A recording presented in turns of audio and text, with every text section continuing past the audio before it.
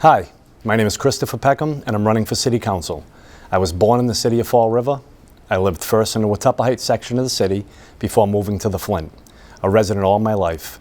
I'm a graduate of BMC Durfee High School, class of 2001, and have served the county, the city, and now the state in different capacities of law enforcement for the last 17 years. My law enforcement certifications include being a certified FBI hostage negotiator, field training officer, a member of the Fraternal Order of Police Honor Guard, and teaching for a private police training company, certifying police officers, dispatchers, and fire personnel for State 911. An example of a class I've constructed is called Looking Past the Stigma of Addiction, teaching public safety personnel how to interact and speak to the addicted and their families. I'm running for City Council because I'm tired of seeing the city I love fall into disrepair. As a city, I see so much pride, so much potential, so much loss. I've lost friends, family, and neighbors to the opiate crisis.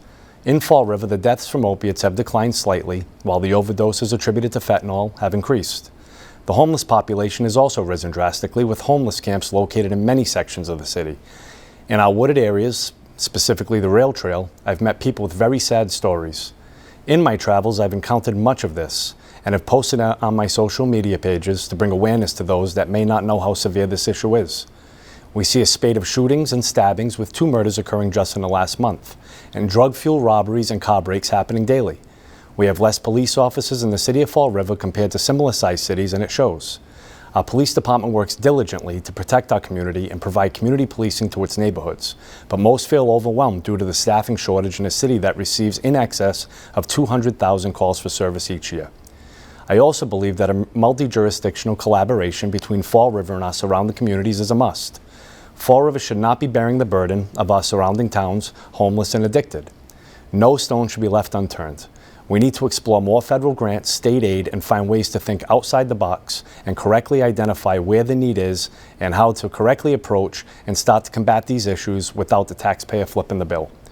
Some of our more frequently visited areas are quickly deteriorating.